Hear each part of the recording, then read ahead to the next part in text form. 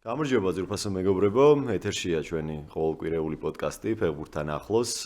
მთავარი თემა ამ კვირაში ჩემპიონთა ლიგაა. ძალიან საინტერესო წყვილები მივიღეთ, მერვედფინალური ეტაპია და პრინციპში სტუმარზე ბევრი არც გვიფიქრია, დადო ბაციკაძეა ჩვენთან ერთად, ჯერ ერთი იმიტომ რომ ცოტა მომენატრა კიდევაც, რაც თანამშრომლები აღარ ვართ.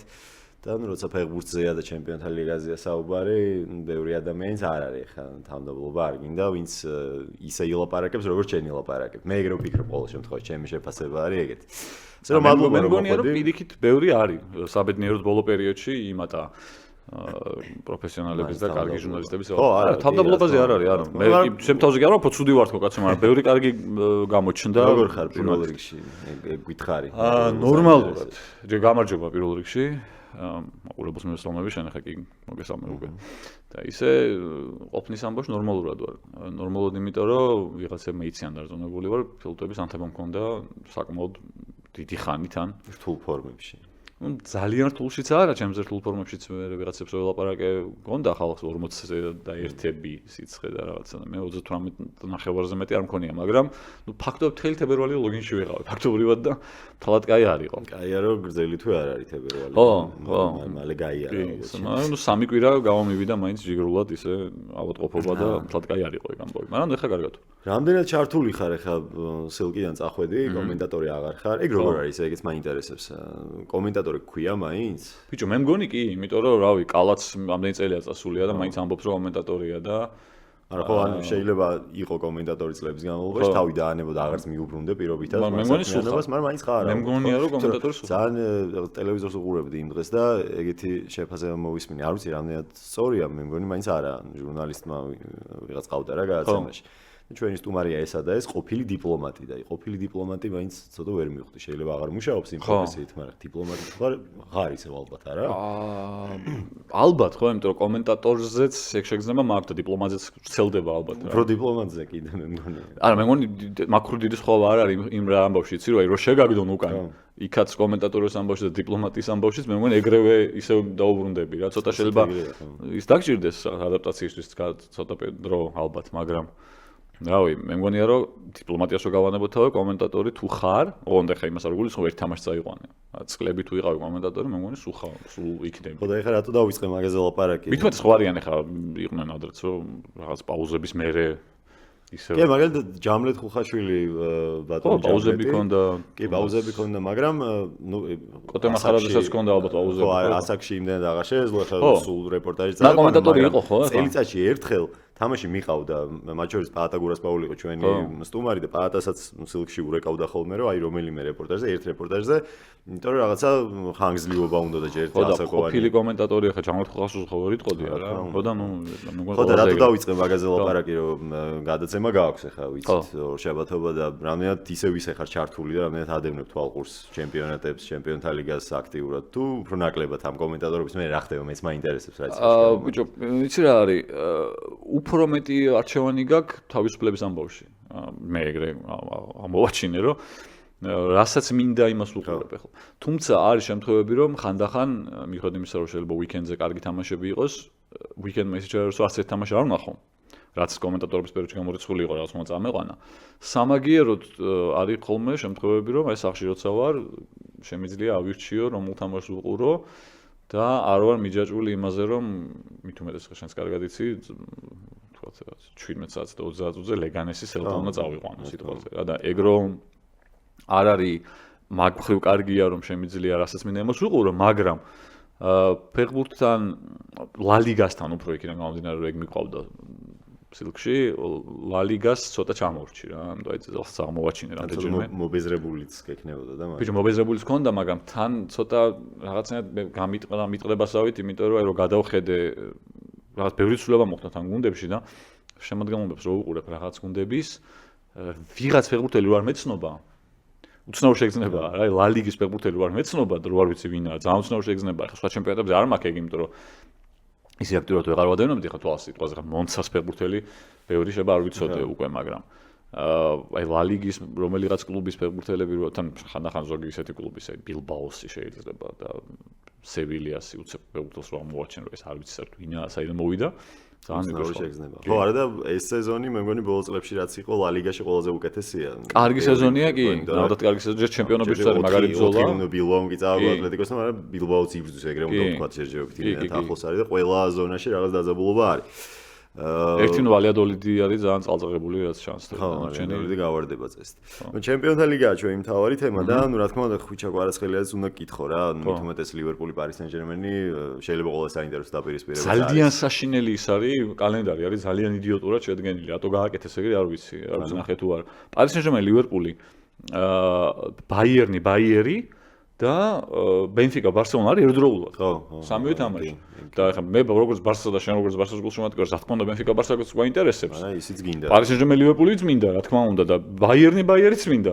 და ადრე არის გადატანილი, მე მგონი PSV არსენალია თუ რაღაც. და ეგ PSV არსენალი არ ეწყინება ხა იმედი არსენალის გულში მომატკივრ, რომ ყოფილიყო იქ 12 საათზე და ერთ-ერთი ამ სამიდან იქით გადაეტანა, თუნდაც ბაიერნი ბაიერი, ბევრად უკეთესი იქნებოდა. და ხა რო სამ თამაშს როგორ უყურო ერთდროულად. თითქოს აი სუსტი შედარებით სუსტი წყვილები არის ადრე, ხვალაც ბრიუგი ასტონ ვილა არის პირველი თამაში. და რაღაცა ალბათ იმისთვის გააკეთეს, არ ვიცი, ამ თამაშმა ეთყობა ამ თამაშებს ნაკლები ყურადღება მიექცეოდა და ეხლა ავტომატურად ერთი თამაში აღარ უყურებ. ცუდია რა, ყველაფერს მე ურება შეიძლება, მაგრამ მე აღარ გაქვს ესეთი მუღამი რა, ეხლა არა, ხო, თან ცოტა რთული არის, რომ ანგარიში არ გაიგო საერთოდ.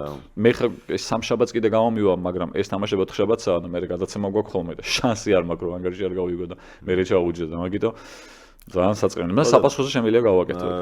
ხვიჩაზე გეკითხებოდი რა, პარი სენ-ჟერმენს ალბათ უყურებ ხვიჩას გამოს და ისედაც მე მგონი ბოლო პერიოდში პარი სენ-ჟერმენი არის ერთ-ერთი ყველაზე სანახაობრივი გუნდი მთლიან მსოფლიოში. და ძალიან უცნაურად დემბელეა რაღაც ოქროს ბურთე ფორმაშია. აი დემბელეზე მე ცალკე კითხავ კიდე, მაგრამ ხვიჩას როლზე რა დაინახე შენ ჯერჯერობით, რამდენად მოგეწონა ეს სტარტი.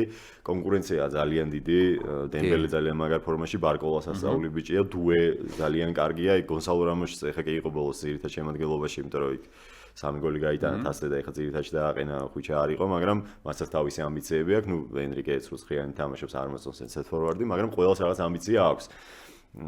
როგორ ხედავ ხვიჩას როლს? გასაგებია როტაციაში ხვიჩასნაირი ფეხბურთელი ყოველთვის იქნება, მაგრამ აი რამდენად ახლო გონია ეგ მომავალი, რომ ხვიჩას პოზიციები იყოს ისეთივე პარი სენ-ჟერმენში, როგორც არის მაგალითად დემბელესი დღეს, რომელიც შეუცვლელია, რა თქმა უნდა, თავის ფორმის გამო ხო თუნდაც. არ ვიცი, ხო რთული საქმეა, იქიდან გამომდინარე, რომ ხვიჩას მაინც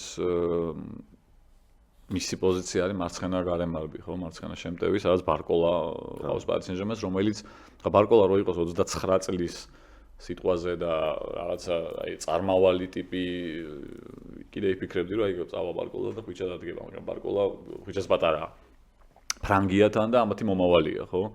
მაგიტო ბარკოლას გაშვება პარი სენ-ჟერმენიდან ხვიჩას ხარჯზე გამორიცხული ამბავია. ამიტომ ხვიჩას სულ მოუწევს სავარაუდოდ პოზიციების ცვლა. ისევე როგორც შესაბამისად ბარკოლასაც. ბარკოლას არ აქვს ის, რომ მეგონა თუ არა სულ მარცხნივ ითამაშებს.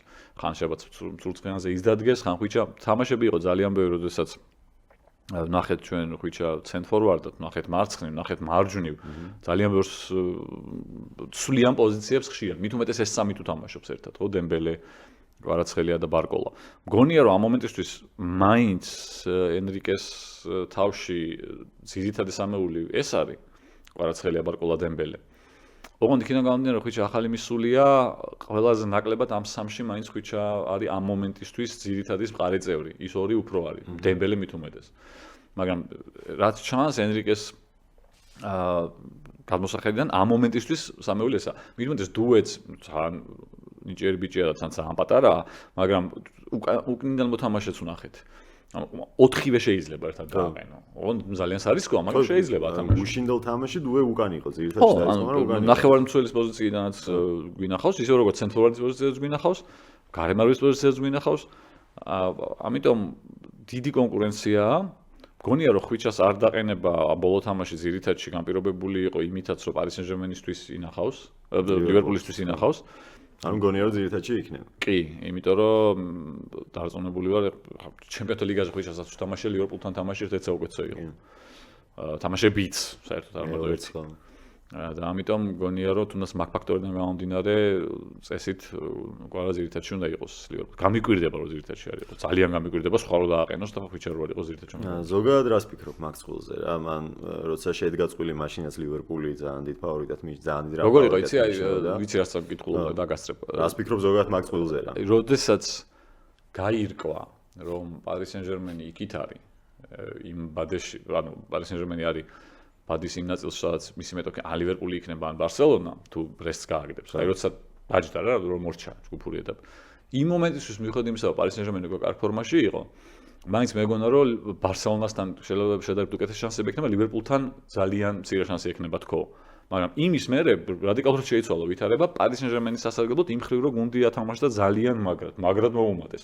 ლივერპულს დიდად არაფერი არ დატყობია, ანუ ლივერპულს არ მოუკლია, ძალიან სასწაული სეზონი აქვს. სასწაულ ფეხბურთს თამაშობს, ძალიან მაგარ ფორმაშია, პრემიერ ლიგის ფაქტობრივი გამარჯვებული არის უკვე, იმიტომ ამ ხელაუპირატესობას არ გაანიავებენ გამორიცხული მგონია ეგ ამბავი და ჩემპიონთა ლიგაზეც ჩემი აზრით ამ ეტაპზე მთავარი ფავორიტი არის. მით უმეტეს ჯგუფშიც პირველ ადგილი დაიკავა მთლიანად და ზოგადად რა ფეხბურთსაც თამაშობს გუნდი, იქიდან გამომდინარე უმთავრეს ფავორიტად მივიჩნევ. მაგრამ ასევე მიმაჩნია რომ ალბათ ყველაზე არასასურველი მეტოქე შეხვდა საბოლოო ჯამში. იმიტომ რომ რა ფორმაში ახლა პარი სენ-ჟერმენია აბსოლუტურად ეს არის აი საწინასწარმეტყველოდ არის შეუძლებელი თქმა რა მოხდება ამ დაპირისპირებაში, იმიტომ რომ ეს ისეთი გუნდია ეს პარი სენ-ჟერმენი, რომ საერთოდ არ უნდა გამორიცხო რომ ადგეს და დიდი ანგარიში მოგვიგოს ლივერპულს. ძალიან ფეთქებადი გუნდია რა. ანუ ლივერპულის თავი მიზანი. სიტისთანაც გააკეთეს 0-2 შუაგე. კი, გასაგებია სიტის საშინელი გუნდია წელს, მაგრამ მეორე ტაიმი სასწაული ფეხბურთი 60 და რაღაცა წუთზე 0-2 შუაგებ.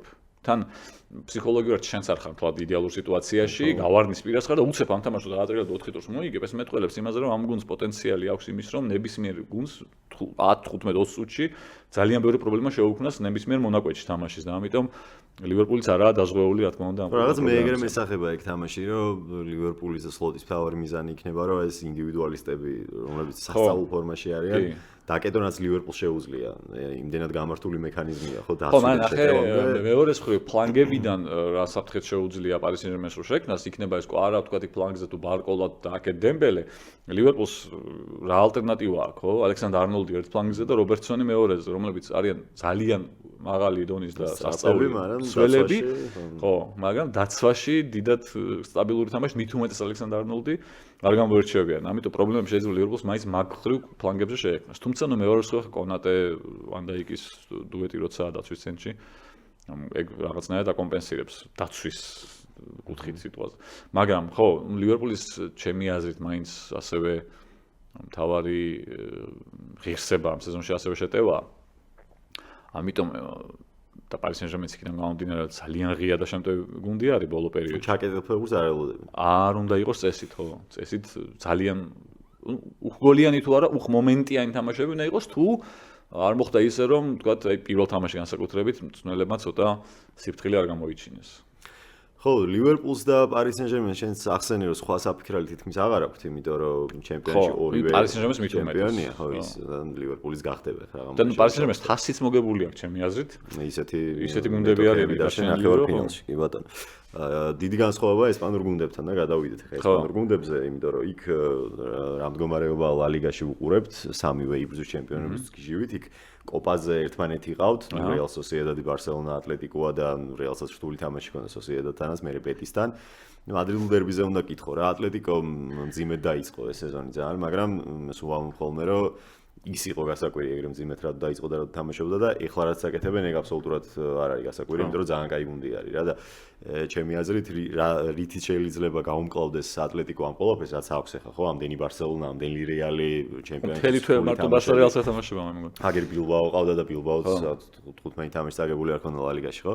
რითიც შეიძლება გაუმკლავდეს ამ ყველაფერს არის ღრმა შემადგენლობა რა, საკმაოდ კარგი შემადგენლობა. ხო, მარკოს ლორენტე მუდმივად შემოყავს სადარგოს გამიდან, ხო, იმდენ სორლოტი სულ სკამზეა შემოდის, ანუ ძალიან კარგი შემადგენლობა აქვს. მაგ თამაშზე მინდა რომ ეგეც დარწმუნებული ვარ შენი პასუხი იგივე იქნება, რომ ალბათ მაინც რეალია ფავორიტი, მაგრამ პროგნოზირება რთულია რა მოხდება, მაგრამ როგორი წარმოგიდგენია ეს მადრიდული დერბი ჩემპიონთა ლიგაზე. ჩემთვის ყველა საინტერესო წვლილი მაინც ეგ არის რა. ხო, აი პარი სენ-ჟერმენი, ლივერპული და ეგ. თუმცა ბაიერნიც ძალიან მაინტერესებს, აი, იმიტომ რომ იქაც ერთი ქვეყნის გუნდების დაპირისპირება. მერვე ფინალში თან არ გვინახავს, ხო, იმიტომ რომ აკრძალული იყო აქამდე, ვერ შეხვდებოდნენ და აქამდენი მივიღეთ უცებ და გავიწყოს კიდე რომ მილან ინტერი შეიძლებოდა მიგვეყო, ან იუვე ინტერი, რომელიც მაინც რო გასულიყო. ხო, რეალი ატლეტიკო იცი როგორი მომენტია, რომ ატლეტიკოს ყოველთვის შეუძლია რომ რეალს პრობლემები შეუქმნას ჩემპიონატში ხო ეხლა თუნდაც მატჩები რაც ვნახეთ რთულად თუ ისე არ წააგო ხო მაგრამ აი ჩემპიონთა ლიგაზე გვახსოვს ჩვენ რომ ატლეტიკოს რეალთან რაღაც ემართება მოქმედებს თვითონ ტურნირის ფორმატი თუ ის ფაქტი რომ ორ მატჩი არ ვიცი მაგრამ ფაქტია რომ ჩემპიონთა ლიგაზე ფინალები იქნებოდა ეს თუ სხვა ეტაპი ატლეტიკოს რეალი არ გაუგდია არასდროს ხო და მაგიტომ თუნდაც მაგ ფაქტორიდან გამომდინარე რაღაც მეხსიერება გენეტიკური კლუბების ხო არსებობს და მით უმეტეს სიმეონე იყო სულ ამ ბოლო პერიოდში ატლეტიკოს როცა რეალს ხდებოდნენ ჩემპიონთა ლიგაში სულ სიმეონე და რაღაც ის შეიძლება ამასაც რაღაც კომპლექსი აქვს ისე როგორც გვარდიოლაზე შეგვიმჩნევია არაერთხელ ჩემპიონთა ლიგის კომპლექსი და რეალის კომპლექსი ჩემპიონთა ლიგის ფორმატში შეიძლება დიეგოსაც უკვე გაუჩნდა და არ გამიკვირდებოდა რომ კომპლექსი მე მგონი თან ყველას აქვს ცოტა მაგრამ ყველას აქვს ჩემპიონთა ლიგაზე თქო ხო რეალია და იმიტომ ხო და ეს მაინც ამასთან ცალკე სხვა მისა აქვს ხო მოთხოვნა თავის თავთან თუნდაც რომ აი ატლეტიკოა დერბია ერთხელ მაინც ხომ მოუგოთ და მაგიტომ კიდევ უფრო მეტად თქვათ რეალის მხარეს გადავიხრებოდი მაგ კუთხით მაგრამ მეორე მხრივ რაც თქვი იგივე უნდა გავიმეორო ხო პროგნოზირება მაინც მით უმეტეს ერთი ქვეყნის გუნდები როცა ხვდებიან ერთმანეთს ჩემპიონთა ლიგაზე თუ ნებისმიერ ტურნირზე რა ვიცი ჩვენს დააკვირდებოდი და ჩვენი მაყურებელს დააკვირდებოდა რომ მანდ პროგნოზის გაკეთება კიდევ უფრო რთულდება ხოლმე რა იმიტომ რომ ერთი ქვეყნის გუნდები როცა ხვდებიან ერთმანეთს ძალიან შეატ ყოფილა შემთხვევა რომ აშკარად უფრო სუსტ გუნდს უფრო ძლიერი გაუგდია და აქ ახლა აშკარად უფრო სუსტია რომელიმე ზერანდა თუ კი გასაგებია რეალია გასაგებია რომ შემადგენლობა რო აიღო სოფლიო ნაკრები რო ჩამოწერო შეიძლება 4-5 კაცი მოხდეს რეალიდან თავისუფლად ხო იმ სოფლიო ნაკრებში ანუ შემადგენლობის თვალსაზრისით სუპერ გუნდია მაგრამ ატლეტიკოსაც ხა ნაკლები ზოგადად ესე რო აიღო ნაკლები შეიძლება კი არის მაგრამ კარგი შემადგენლობა ყავს ძალიან და შეიძლება რეალს დაბალანსებული ეგრე შეიძლება თქვა ხო იმიტომ რომ აქ ერთი სუპერსტარები როგორც იქ ბელინგემი მბაპე თქვა ვინისიუსი ეგრე არ არიან ხო აქ ყველა აქვს რეალს და ატლეტიკო დაბალანსებული და ყველა ერთი დონის არის მაინც და უფრო გუნდური ის არის ხო გუნდური თამაში უფრო მიაღწევს წარმატებას ვიდრე ვიღაცა რომელიმე ინდივიდუალისტის გამონათებით მიხედვით იმისა რომ კარგი ფეხბურთელები ყავთ მაგრამ მაგას რომ გაეშვა თქვა შემადგენლობების შედარება სადაც თქვა რეალს უპირატესობა აქვს გასაგები ატლეტიკოს ზოგადად ისეთი გუნდია რომ იდეაში რომ წარმოიდგენ ორ მატჩიან დუელში ნებისმიერ მეტოქე შეიძლება გააგდოს რაც წინა სეზონშიც გვანახა თუნდაც როცა ინტერი გააგდო ხო რომ ის წარმოდგენა ძალიან რთული იყო ინტერი იყო ფავორიტი ხო და ატლეტიკო არ იყო კარგი გუნდი არისო მაგრამ ნუ გააგდო თუმცა აი ნუ მეორე მხრივ ემატება ეს ამბავი რომ რეალთან რაღაცა კომპლექსები მაინც ატლეტიკოს აქვს ძალიან საინტერესო წვლილია და ძალიან აი კიდევ ერთხელ ძალიან საწყენია რომ ესე დააჯდა ერთმანეთს ეს თუ არა რეალ ატლეტიკო ცალკე რეალ ატლეტიკო ხვალ არის ხო რეალ ატლეტიკო ცალკე კიდევ კაი ხო ისეთ თამაშების პარალელურად არის რომ პრინციპში არჩევანი მაინც მარტივია რომ მაგას უნდა უყურო ადამიანმა რა ხო მაგრამ ნუ აი ესეთი ველოდები რომ წესით ძვლების ჭახაჭუხი ბრძოლა და უბედურება უნდა იყოს და რაც უხდება მადრიდულ დერბის და ერთ-ერთი იშვიათი დერბი სამწუხაროდ, ჩემდა სამწუხაროდ და შენდა და გულშემატკივრთა სამწუხაროდ, რომელმაც ჯერ კიდე შეინარჩუნა აი ეს სულისკვეთება, რაც დერბის უხდება და ახასიათებს. ნამდვილი დერბი რაც ხო, ატლეტიკო რეალი არის. ისე ვაი რომა ლაციო, მაგიტომაც მინდოდა ევროპის ლიგაზე რომა ლაციო. იყო შანსი, 50-50-ზე იყო, კი. რაც ერთად შეხვდნენ ერთმანეთს. თუმცა სამაგერ ფინალში შეიძლება შეხვდნენ თუ გავიდნენ. სარმამეს. საცალკე არიან, ხო. ბარსელონაზე შენი აზრი ყველა საინტერესო ალბათ მაყურებლისთვის რა ბარსელონას თამაშებს უყურებ ყველა ვარიანტში სასწავლო ფორმაშია გუნდი მე მაგრამ ძალიან არასტაბილურია რაღაც დონეზე ხო იმიტომ რომ წააგო ისეთი თამაშები სადაც არ ველოდით რომ უნდა წააგო მაგრამ მე ალბათ მაინც არის განპირობებული შედარებით ახალგაზრდული შემადგენლობით ხო და მაგას გეკითხები ზუსტად ბოლო პერიოდში ძალიან კარგ ფორმაში არიან. გუშინაც სოსიედადთან უმარტივესი გამარჯვება კი წითელი ბარათი იყო, მაგრამ რა ითამაშა გუნდმა, ხო? ეხა ეგეთი უპირატესობა სტატისტიკურადაც ძალიან დიდი ხანია. ხო, 33-0-ზე დარტყმები იყო და სოსიედადს ყველაფერშიდან მომად და თან ძალიან ლამაზი ფეხბურთი ითამაშეს რა. იამალი ყველა თამაში ამტკიცებს რომ სასწაულია. პედრი არის შესული ასევე სასწავლო ფორმაში. და ნუ აი რაფინიასაც აქვს, დემბელეს მსგავსად. ხო, რაფინიასაც საუკროს სეზონი ახლოს არის. გააჩნია ვინ რას მოიგებს და ამ მომენტისთვის მაინც გონია რომ მაგ ხრივ რაღაც რეიტინგში ადგილობრივ პირველ ადგილზე სალახია. ხო. მაგრამ ბევრი რამ დამოკიდებულია იმაზე, რომ ჩემპიონთა ლიგაზე ვინცად გავა, ხო. ხო და მე სულ ამბობ ხოლმე, არ ვიცი, შეიძლება იმიტომ რომ ცოტა ასაკი მომემატა და ნუ ბავშვობაში რომ მინდოდა ბარსელონას ყველაფერი მოეგო, ეხლა ეგრე აღარ როგორ არ მინდა, მაგრამ მირჩენია რომ ითამაშოს. მირჩენია რომ აი ეს დღევანდელი ბარსელონა რაც არის, ეგეთი გუნდი იყოს ყოველთვის და თუნდაც სადღაც ხა ვიღაცასთან წააგოს საბოლოო ჩემპიონი. მე სულ ეგრე მერჩევნა ბავშვობაში. ხო, ბარსელონა უნდა იყოს ესეთი გუნდი, როგორც ეხლა არის და მე ძალიან კმაყოფილი ვარ მაგ მხრივ და ბენფიკა ბარსელონამ ნახეთ, ჯგუფური კი არა ფაზის საუკეთესო თამაში იყო ჩემი აზრით, შეიძლება სეზონის საუკეთესო თამაში. მე ვერ ნახე. ხო, იმ სასწაული ხდებოდა იქ ლისაბონში. ბოლო გოლი ვნახე, მე-9. ხო. იმიტომ რომ სად ვიყავი ხა ბევრი ხსენებ. ბარსელონაში ვიყავი. ბარსელონაში ვიყავი და ვერ ნახე. ბარსელონაში ვიყავი და მაგ თამაშს ვერ უყურე, იმიტომ რომ სადღაც სხვაგან მანამდე სვამდით და არ ველოდი ხა ეგეთ თამაში იქნებოდა და მე რომ წავედით და ვიძარით და მისულიყავით სადაც უყურებდნენ მეგობრები აი წამოუყუროთ 3-1 რო იყო მეთქი ნაი წააგეს უკვე აზრი აღარ აქვს თქო და მე სანამ მივახციეთ სანამ მივედით უბედურება და 4-4 და აი როგორ გამიტყდა ვერ აგიხწერ უბრალოდ ხო და რამდენად ვინიანიძეს თან მივედით მე გასულ შეხვედრას ვინც აკეთებდა ევროპებზე და ის ამბედნიერი იყო, იმიტომ რომ იმან თელ თამაშს უყურა ბარში სადღაც და მე რომ მივედი 4-4 იყო უკვე, მაგრამ მე-9 გოლი ვნახე. თუ გიყვარს მაგ თამაშს ყოველთვის ბედნიერი. ხო, მაგრამ ძალიან, ხო იცი რომ დაგჭება, რომ ფიქრობ რომ ხა სოფლიო ჩემპიონატის ფინალი არ იყო, მაგრამ ნუ აი ამიტომ წლები არა, მაგრამ აი რამდენიმე კვირა მაინც რომ გაყვება, ეგ შეგრძნება რომ აი ეს თამაში ანაირად გავმაზე. ხო და ნუ ბენფიკა შეიძლება არ არის ცუდი გუნდი, შეიძლება ნამდვილად არა, კაი გუნდია ძალიან. და შეიძლება ბენფიკასიც ცოტა შეგეშინდეს ბარსელონას გულშემატკივარს, ხო, იმიტომ რომ ჩემპიონთა ლიგაა და ყველაფერი ხდება ყოველთვის.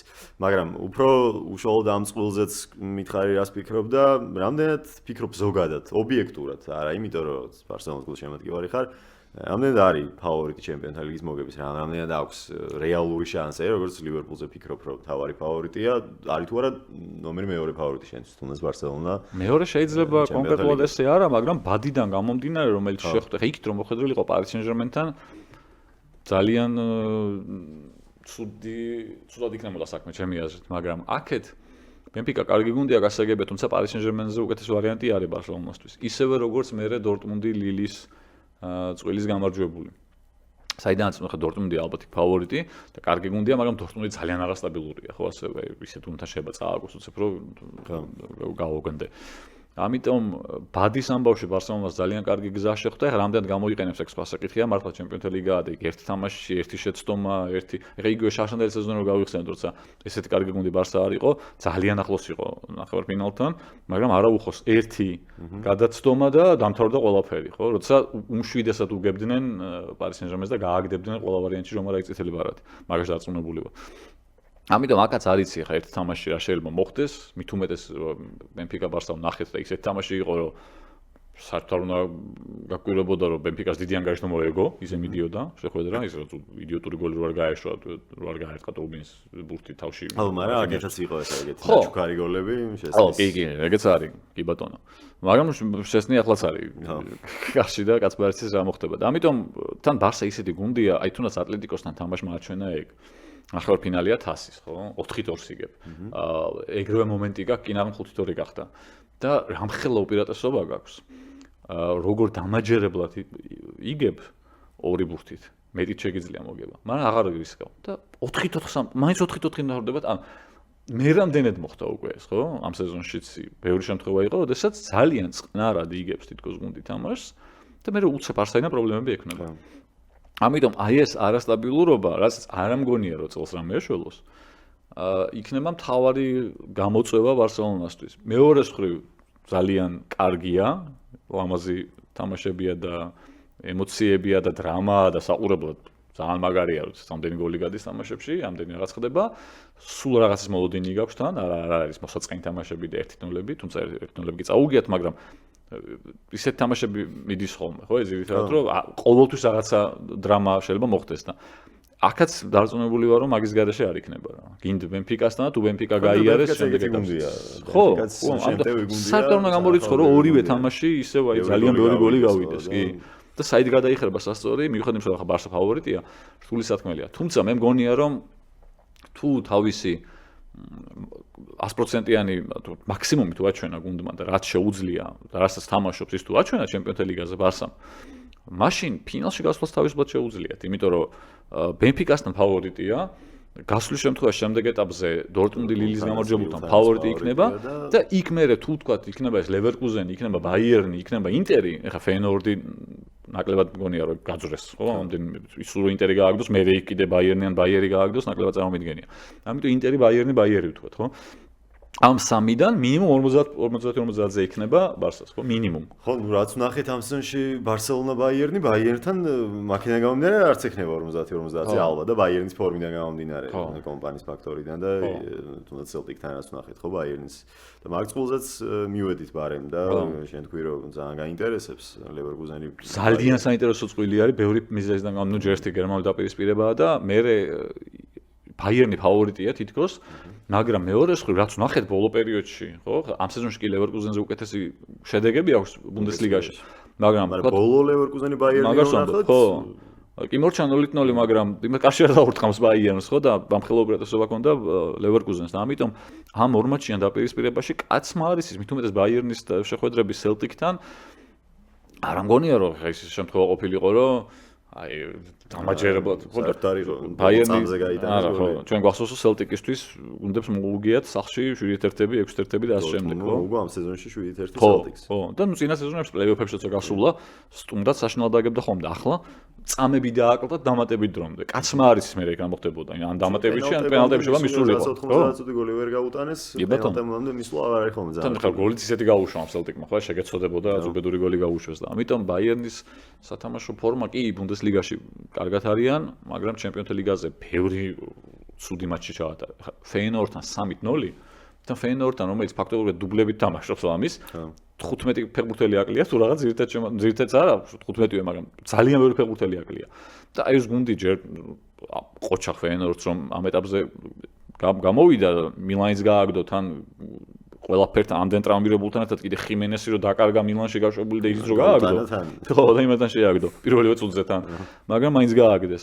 ამიტომ ფეინორდი ყველანაირ იმას იმსახურებს, რა ქვია, დადებით ეპითეტს, მაგრამ მაინც მიუხედავად იმისა, რომ კაი გუნდია, 3-0 ბაიერნმა არ უნდა წააგოს ჩემი აზრით გუნდთან, რომელიც კი ხიმენესმა გაუტანა, მაგრამ აკლდა მაშინაც ერთი 10 ფეხბურთელი თუ რაღაც აკლდა, მე მგონი ტრავმის გამო და ბაიერნის თამაში ჩემპიონთა ლიგაზე წელს ძალიან არასტაბილურია, ამიტომ ლევერკუზენს ხო და მეორე მხრივ ლევერკუზენზე მინდა რომ გითხო თითქოს სეზონის წინაც უკვე მაგაზე მწვრთნელი და გუნდი არის არ ფიქრობს რომ აი ჩემპიონი ვეღარ გავხდები, მაგრამ ისტორიაში პირველად გახდნენ ჩემპიონები და ძალიან კი კარგი გუნდია, მანქანა იყო ნამდვილი წინა სეზონში, მაგრამ შეიძლება რაღაცა ქვეცნობიერადაც იცოდნენ რომ ბუნდესლიგას ხზეზე ორჯერ ვერ მოიგებ რა, როცა ლევერკუზენი ხარ, რა ვერ გაკაჩავ და თავიდანვე რაღაცა წაიფორხილეს და მერე ნელ-ნელა შეიწყნარათ არიან ზემოთ, მაგრამ ჩემპიონობის არ იბრძვიან. ხო, მეორეზე არიან. და ხო, აი თასი აი პარის სენ-ჟერმენზე რო ვთქვით, გერმანიაში მე მგონი ლევერკუზენს აქვს ეგრევე გარანტირებული, იმიტომ რომ ფაქტობრივად მეტოქე აღარ დარჩა იქ. ხო და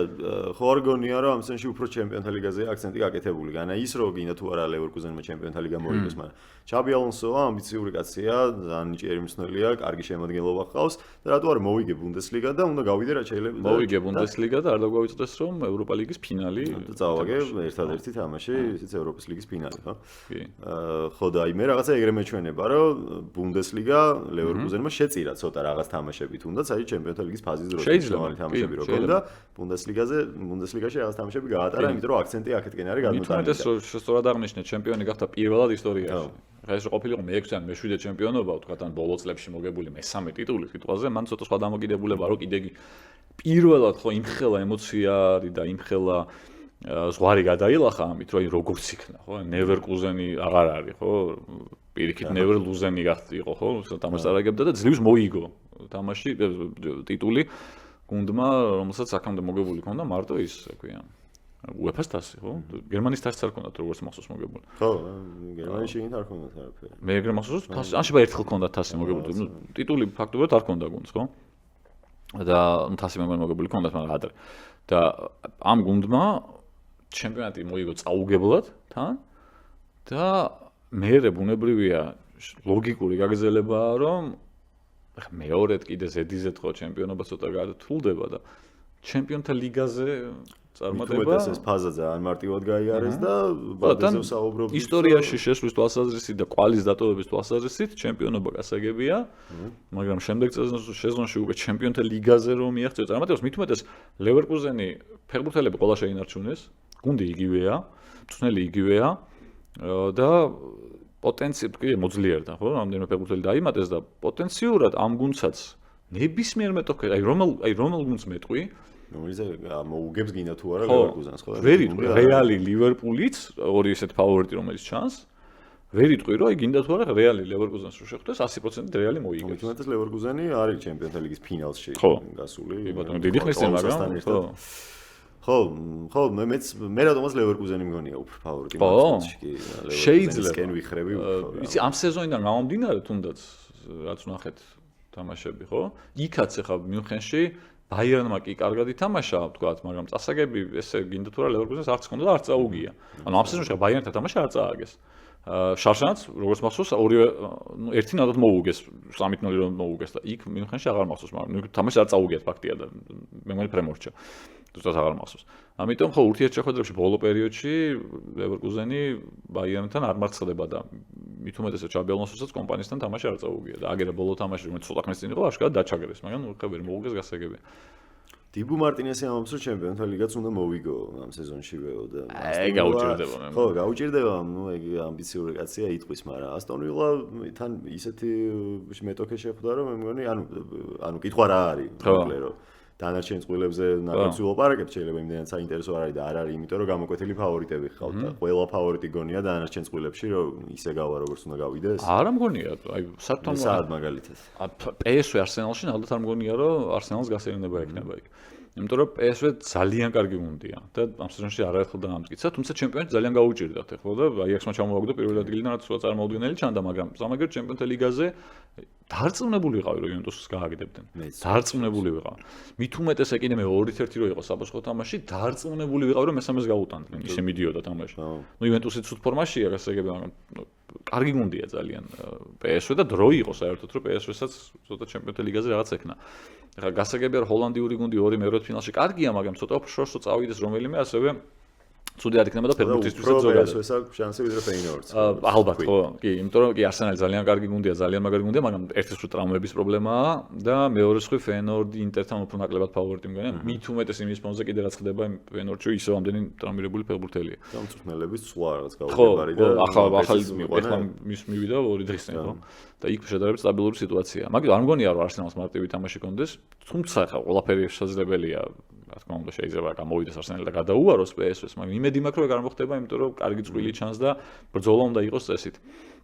სენსაცია იქნება მაინც მოულოდნელი იქნება ჩემთვის ხო თუ PSV გავიდა, მაგრამ არ მგონია რომ მარტივი თამაში იყოს. ბაიერნი ლევერკუზენში ვინც არ უნდა თქვა ფავორიტი ვინ არის? ხო, ბაიერზე არა, იმ უფრო ასტონ ვილა ბრიუგე და რა დარჩა? ნუ ფეინორდი. ასტონ ვილა ბრიუგეშიც არ მგონია რომ ფავორიტი იყოს გამოკვეთილი ჩემ, იმიტომ რომ ბრიუგემ ამ სეზონში არაერთხელ დაამტკიცა რომ ძალიან არასასიამოვნო მეტოქეა ნებისმიერი ძლიერი გუნდისთვის რა. აი ხარა ზოადგეს ბრიუგე და ბრეიდელზე რომ მოუგოს. ასტონ ვილას გაიკვირდება? და მე რიგო ჩავიდეს და არ წააგოს, გაიკვირდება? არა და ასტონ ვილა ძალიან მოძლიერდა რეალურად, რა, იმიტომ რაშფორდიც რასაც უყურებთ, შედარებით კარგი არის აქ, მაგრამ ასენსიოა საოცარ ფორმაში. და ცოტა უცნაურია მალენი რო ვერ შეიყვანეს და არ შეიყვანეს ჩემპიონთა ლიგისგან, შემეცოდა, კაცი გადმოვიდა ასტონ ვილაში და ჩემპიონთა ლიგის გარეშე დარჩა, იმიტომ რომ სამი ცვლილების გაკეთება შეუძლიათ სულ განაცხადში და მოუწიათ ესე მალენის ისეთ მიღმა დატოვება ლიგის, მაგრამ სამაგერად ასენსიო რასაც თამაშობს ბოლო პერიოდში დუბლი ერთ თამაში, დუბლი მეორე თამაში და თუმეტეს კი შემადგენლობა რაც არის, დურანი კი წავიდა, მაგრამ როჯერსია თუნდაც ძალიან მაგარ ფორმაში ხო. ვოტკინსი ყავდა ბოლო-ბოლო კიდევ. კარგი გუნდია ძალიან, დიბუ მარტინესი ყავთ კარში, მაგრამ ბრიუგე ძალიან უხერხული მეტოქეა, აი ასეთი გუნდებისთვის რა. აი საერთოდ ვერ გამოვრიცხავ რომ ადგეს და სახში მოუგოს. ხო, ეგრე მიაჩნდა როგორც მახსოვს ჯგუფურ ეტაპზე ხო შეხვნა ერთმანეთს თუ არა? ხო, კი, მაგრამ როგორ მოჩე ეგ არ მახსოვს. ნუ რა დამამოწ. მახსოვს რომ ითამაშეს და მეც ეგრე მახსოვს რა. მე ფრეი იყო? ხო, ეგრე ფიქრობდნენ იმაზე ბრიუგეზე ატალანტასთანაც ხო, რომ ატალანტას უნდა გაეგდო, მაგრამ ხო, და ორივე თამაში მოუგოს, ხო? ორივე თამაში მოუგო. რაც მოდნელი იყო, მაგრამ ვერი ვარაუდებდი, მაგრამ ძალიან უხერხული მეტოქეა. კი, მოუგო ბრიუგემ. სახში მოუგო 1-0. და უყურებდი მაგ თამაშს, მახსოვს და ისე ძალიან დამსახურებლად მოუგეს. 1-0-ზე მეტიც შეიძლება მოიგოს. გამახსენდა ეხლა. კი. 1-0 მოუგეს, ოღონდ ისე რომ აი არონელი უილიათ ფაქტობრივად. ამიტომ ეხლა აქაც რო ადგნენ ეხლა სამშაბათს 1-0 მოუგონ და მე რეი წავიდნენ შეითამაშონ. ხო, არაფერი. საერთოდ გასაკვირი არ იქნება. თუმცა იმას ვიტყვი რომ შემდეგი ეტაპისთვის აჯობებს ასტონ ვილას გასვლა, იმიტომ რომ მაინც მიუხედავად ყველაფრისა შეიძლება მაინც ჩარჩენილი ამბავია, ახლა დიდი ხანია წარმატების არ მიუღწევად ბელგიურ გუნდებს, გონია რომ მეოთხედ ფინალში უკვე ასტონ ვილა უფრო გაუწევს კონკურენციას. კარგი აფიშა იქნება როგორც მინიმუმ. ხო და კონკურენციას უფრო გაუწევს ვიდრე ბრიუგე.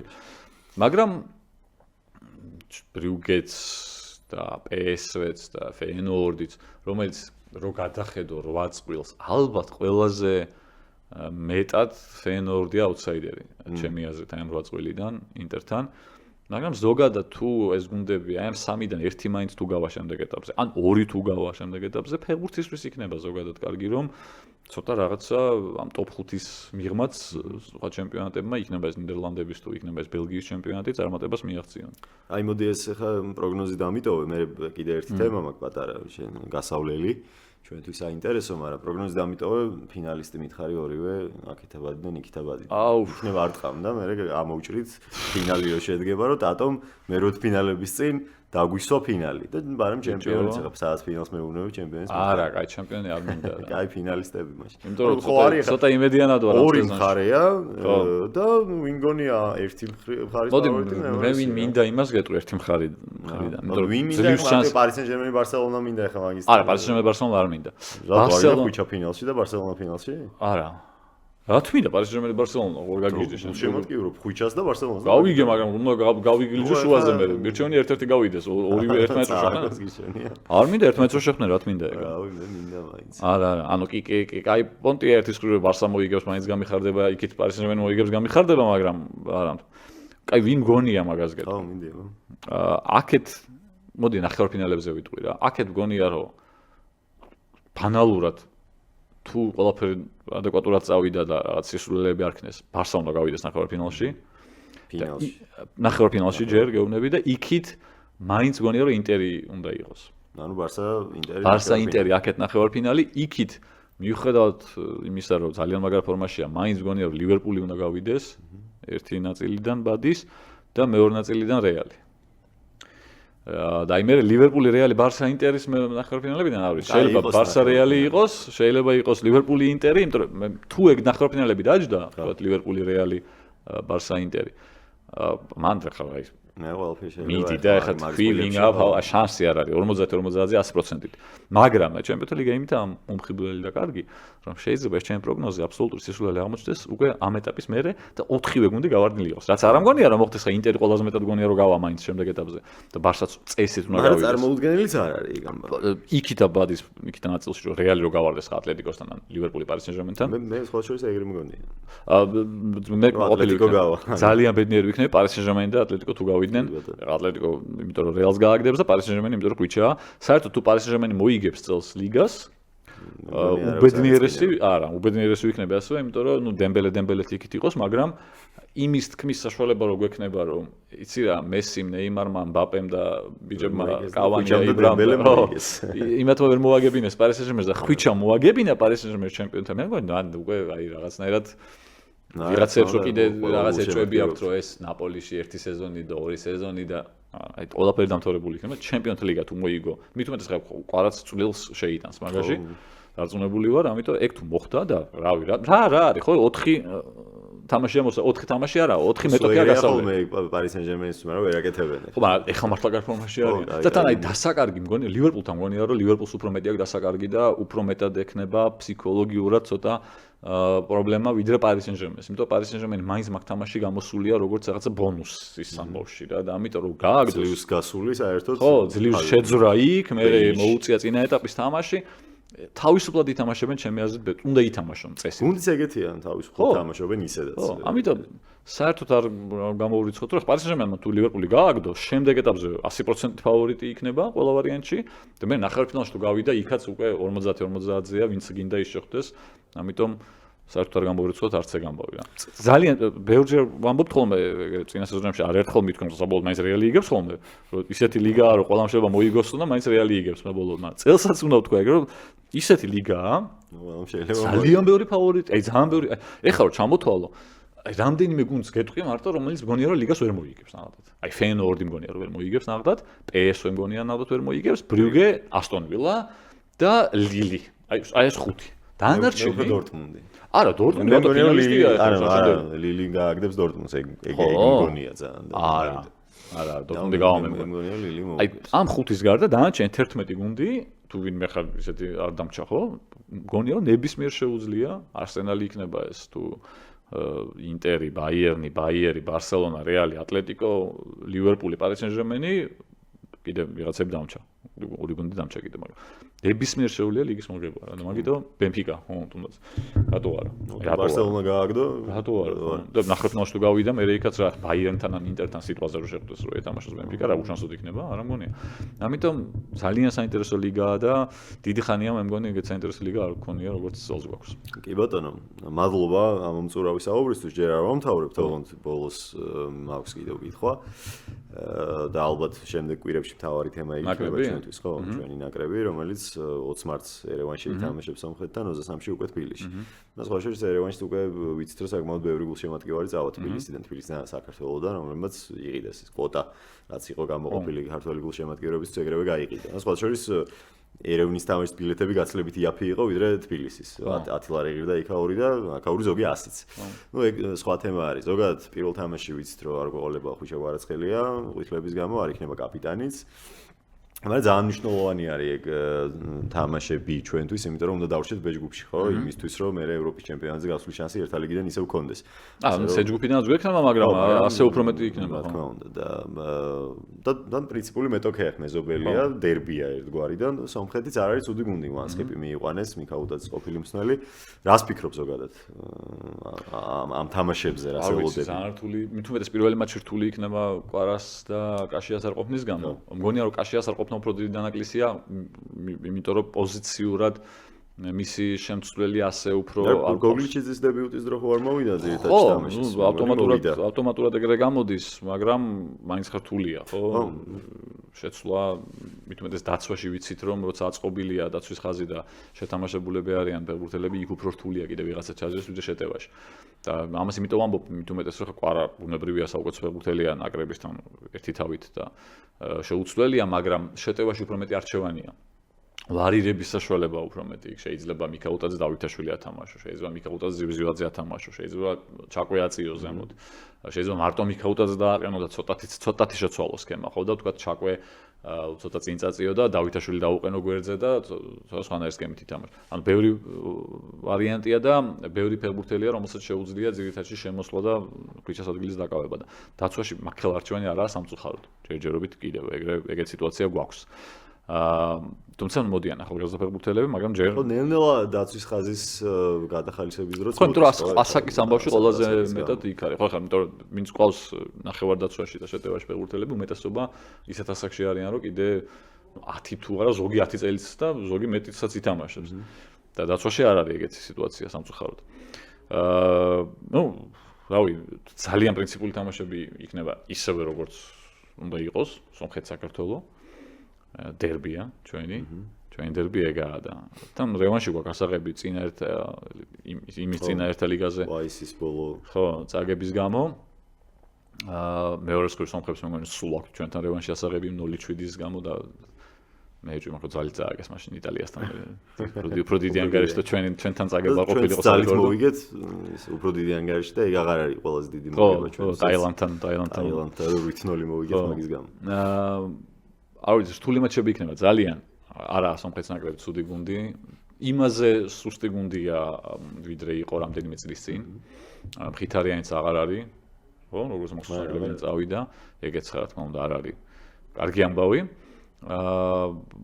მაგრამ მიუხედავად იმისა, რომ უკეთესი გუნდი ყავდათ რამდენიმე წლის წინ და ჩემი აზრით ჩვენი ნაკრები ახლა ბევრად უკეთესია ვიდრე რამდენიმე წლის წინ, მაინც ძალიან რთული მატჩები გველოდება და ბუნებრივია რომ მიზანი და სურვილი არის რომ დავჩეთ ბელიგაში და ყველა ვარიანტში უნდა მოვიგოთ ეს დუელი.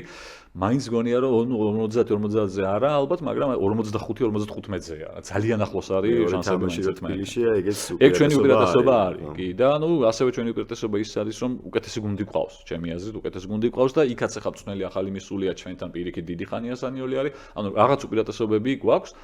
მეორეს მხრივ ის რომ პირველ თამაში კვარაკაშია არ გვიყოლება, ეგ ცუდი ამბავია. სამაგიეროდ, რა ვიცი, რომეგეთ გვიყოლება ჩაკვე, რომელიც საოცარ ფორმაშია. ხო. ძალიან მაგრად თამაშობს უოტფორდში და თუ უოტფორდი ვერ გადავა, ყველას აქვს რა. არის მნიშვნელოვანი. ყველა თამაშობს კი და თამაშობენ თან ძალიან მაღალ დონეზე, ხო ეხა. ბუდუსულ თამაშობს სამწუხაროდ ჯერ გოლი არ გაუტანია, ჰაინდენჰაიმი ცუდ მდგომარეობაშია, მაგრამ სათამაშო დრო აქვს და ეგ პრობლემა არ არის, მოკლედ, ყველა ლიდერი მუდმივი სათამაშო დრო. ერთი აი ბუდუსზე მაწუხებს ის რომ არ კონდეს ცოტა ფსიქოლოგიური პრობლემის ამბავი, გამოსწოროს ნაკრებში ვერ გაიტანა, ხო, შეიძლება პირიქით აქ თუ გაიტანა იქ დაეხმაროს მე. გაიტანოს მე ნაკრებში. მაგრამ ჟორჟი თამაშობს მუდმივად მიხედვით იმისა, რომ დიდი კონკურენცია ფორმაშია. დავითაშვილი თამაშობს, სულ დავითაშვილთან ჩვენთან ძირითადად შემოგვიდგენს წერა და არითულება ნაკრებში. აი, ჩვენ პირველ თამაში ყველა ვარიანტი იქნება ძირითადად. წესით უნდა იყოს, წესით. თანკوار არ არის და თანკარ ფორმაში. საინტერესოა ლობჟაინზე იქნება თუ არა, ხო, იმიტომ რომ MLS-ი დაიწყო. დაიწყო MLS და თამაშობს იქაც ძირითადად შეასაბა. ამიტომ არჩევანი არის შეტევაში განსაკუთრებით და უკეთესი გუნდი გვყავს, ფავორიტები ვართ, ყველა ვარიანტში უნდა, ამ ძალიან დიდი წარუმატებლობა იქნება საბოლოო ჯამში, ან ბელგიიდან გავარდეთ, თუ გავითვალისწინებთ, ან როგორ დავიწყეთ ასპარეზობა, ხო? ეს მოგვეგო. გვიწევდეს ახლა არა, ჯგუფი უნდა მოგვეგო უმშვიდესად. ან მინიმუმ მეორეზე უნდა გავსულიყავით, რო და გვეთამაშა A-ში გადასასვლელი პლეი-ოფი, ხო? ახლა გვიწევს დარჩენაზე ზრუნვა. ხვდებოდით ბელგიას, იმიტომ რომ უკრაინა შეხვდა ბელგიას. ხო. მაგრამ რას ვიზამთ ეგეთი სიტუაცია? ძალიან ახლოს ვიყავით. ძალიან მცირე სხვაობით არ გაგვიმართლა, ბოლო ტურამდე შანსი გქონდა. რაც ახლა ცუდია ვარიანტი არა.